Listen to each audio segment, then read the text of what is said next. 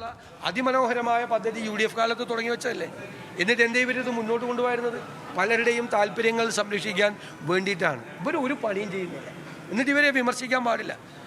ഇപ്പോൾ പുതിയ സംഭവങ്ങളാണ്. നിയമസഭയിൽ ഒരു മന്ത്രി പറഞ്ഞു, എൻ്റെ നേരെ പ്രതിപക്ഷ നേതാവ് കൈ ചൂണ്ടി സംസാരിച്ചു. കൈ ചൂണ്ടി സംസാരിക്കാൻ പാടില്ല. കൈ ചൂണ്ടാനുള്ളത് കൂടിയാണ്, വിരൽ ചൂണ്ടാനുള്ളത് കൂടിയാണ്. തെറ്റ് കാണിക്കുമ്പോൾ തെറ്റാണ് നിങ്ങൾ ചെയ്യുന്നത്. മന്ത്രിയുടെ മുഖത്തല്ല, മുഖ്യമന്ത്രിയുടെ മുഖത്ത് ചൂണ്ടി സംസാരിക്കും. എൻ്റെ മുഖത്ത് വിരൽ ചൂണ്ടി സംസാരിച്ചു. പിന്നെ രാഷ്ട്രീയമായി വിമർശനം നടത്തി. വേറൊരു മന്ത്രിയുടെ പരാതി വിമർശിക്കാൻ പാടില്ലേ? ഇവരെല്ലാം വിമർശനത്തിന് അതീതരാണെന്നാണ്. MP രാജേഷ് ഈയിടെയായിട്ടുള്ളൊരു അസുഖം പിണറായി വിജയന് പഠിക്കുകയാണ്. മനസ്സിലായി? അദ്ദേഹത്തെ പോലെ ആണെന്നുള്ളൊരു തോന്നൽ വന്നു തുടങ്ങി. വിമർശനം അതിനുള്ള അസഹിഷ്ണുതയാണ് ഈ കാണിക്കുന്നത്. തെറ്റ് ചെയ്താൽ വിമർശിക്കുക തന്നെ ചെയ്യും. അധികാരത്തിലിരിക്കുന്ന ആളുകൾ വിമർശിക്കപ്പെടും. അവരത് മനസ്സിലാക്കി സഹിഷ്ണുതയോടുകൂടി പെരുമാറി കാര്യങ്ങൾ ചെയ്യുക. കാര്യങ്ങൾ ചെയ്ത് ഞങ്ങൾ അഭിനന്ദിക്കാം. അതിനൊരു അവസരം അഭിനന്ദിക്കാൻ. കാര്യങ്ങൾ ചെയ്യട്ടെ. ഒന്നും ചെയ്യുന്നില്ല.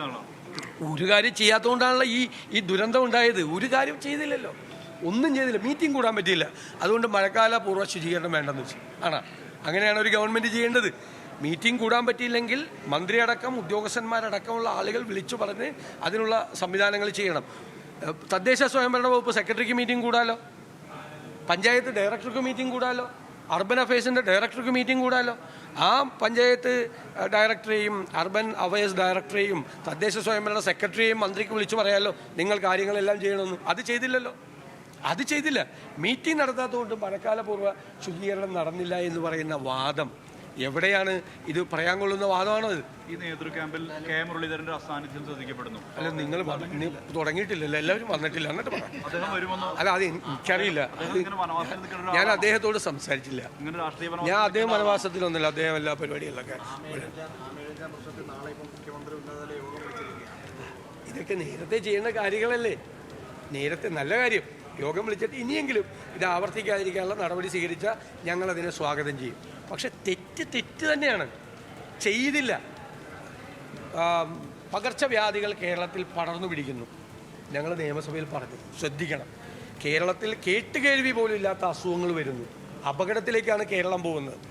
ആ ആരോഗ്യമന്ത്രി പറഞ്ഞ മറുപടി നിങ്ങൾ കേട്ടില്ല. അത് മഴ വരുമ്പോൾ എപ്പോഴും പകർച്ചവ്യാധികളൊക്കെ വരും. ഇതിനു മുമ്പും വന്നിട്ടുണ്ട്, ഉമ്മൻചാണ്ടിയുടെ കാലത്തും വന്നിട്ടുണ്ട്. ഇതാണ് മറുപടി. ഇപ്പോൾ കേരളത്തിലെ ഏറ്റവും വലിയ പബ്ലിക് ഹെൽത്ത് എക്സ്പെർട്ടുകളായ 2 പേർ, ഒരാൾ ഇടതുപക്ഷ സഹയാത്രികന് doctor Iqbal, 2 doctor SS Lal, അവർ രണ്ടുപേരും പറഞ്ഞത് എന്താ? പ്രതിപക്ഷം കേരളത്തിൻ്റെ നിയമസഭയിൽ ഉന്നയിച്ച അതേ കാര്യം. അപകടകരമായ രീതിയിലേക്ക് കേരളത്തിലെ പകർച്ചവ്യാധികൾ പോവുകയാണ്. അപകടകരമായ രീതിയിൽ, നിയന്ത്രിക്കാൻ പറ്റാത്ത രീതിയിൽ. അപ്പോൾ പബ്ലിക് ഹെൽത്ത് പ്രൊട്ടക്റ്റ് ചെയ്യുക എന്നത് ഗവൺമെൻറ്റിൻ്റെ ഡ്യൂട്ടിയാണ്, സ്റ്റേറ്റിൻ്റെ ഡ്യൂട്ടിയാണ്. അത് ചെയ്യില്ല. ഒരു നടപടിയും സ്വീകരിക്കില്ല, ഒന്നും ചെയ്യില്ല. ഇപ്പോൾ മെഡിക്കൽ കോളേജുകളിൽ നിന്ന് ആവർത്തിച്ചു വരുന്ന വാർത്തകൾ. ഒരു മെഡിക്കൽ കോളേജിൽ 6 വിരലിന് പകരം നാക്ക് ഓപ്പറേറ്റ് ചെയ്ത്, വേറൊരു മെഡിക്കൽ കോളേജിൽ ലിഫ്റ്റിൽ 2 ദിവസം ഒരാൾ കിടക്കുകയാണ്. 2 രാത്രി 1 പകൽ ഒരാൾ ലിഫ്റ്റിൽ കിടക്കുക. ഇതെന്താണ് നടക്കുന്നത്? ഈ മന്ത്രി വന്നതിന് ശേഷം എത്ര അന്വേഷണത്തിന് വേണ്ടിയിട്ടുള്ള ഉത്തരവ് കൊടുത്തിട്ടുണ്ട് മെഡിക്കൽ കോളേജുകളിലെയും ആശുപത്രികളിലെയും. അത് തന്നെയായി നില പറഞ്ഞ ഒരു വലിയ ബുക്കാക്കാം. അപ്പോൾ കെടുകാര്യസ്ഥതയാണ് ഈ സർക്കാരിൻ്റെ മുഖമുദ്ര എന്നാൽ ഞങ്ങളുടേത് ആരോപണമാണ്. അങ്ങനെ രാഷ്ട്രീയം ഉണ്ടെന്ന് വെച്ചോ, രാഷ്ട്രീയ ആരോപണമാണ്. പക്ഷെ അതിന് അടിവര എല്ലാ ദിവസവും മന്ത്രിമാർ തന്നെ വന്ന് ഞങ്ങളുടെ ഈ പൊളിറ്റിക്കൽ സ്റ്റേറ്റ്മെൻറ്റിൽ അടിവരയിട്ടുകൊണ്ടിരിക്കുകയാണ് അവരുടെ ചെയ്തികളിലൂടെ.